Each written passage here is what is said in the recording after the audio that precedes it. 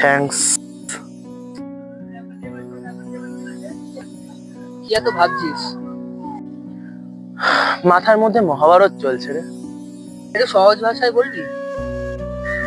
তুই ভাবতো আমাদের মধ্যে কত খারাপ গুণ আছে, কত রাগ, হিংসা, অহংকার, কাম, ক্রোধ, এসব যদি কৌরবদের প্রতীক হয়, আর বেঁচে থাকা ভালো গুণগুলো যদি পাণ্ডবদের প্রতীক হয়, তাহলে ভাব।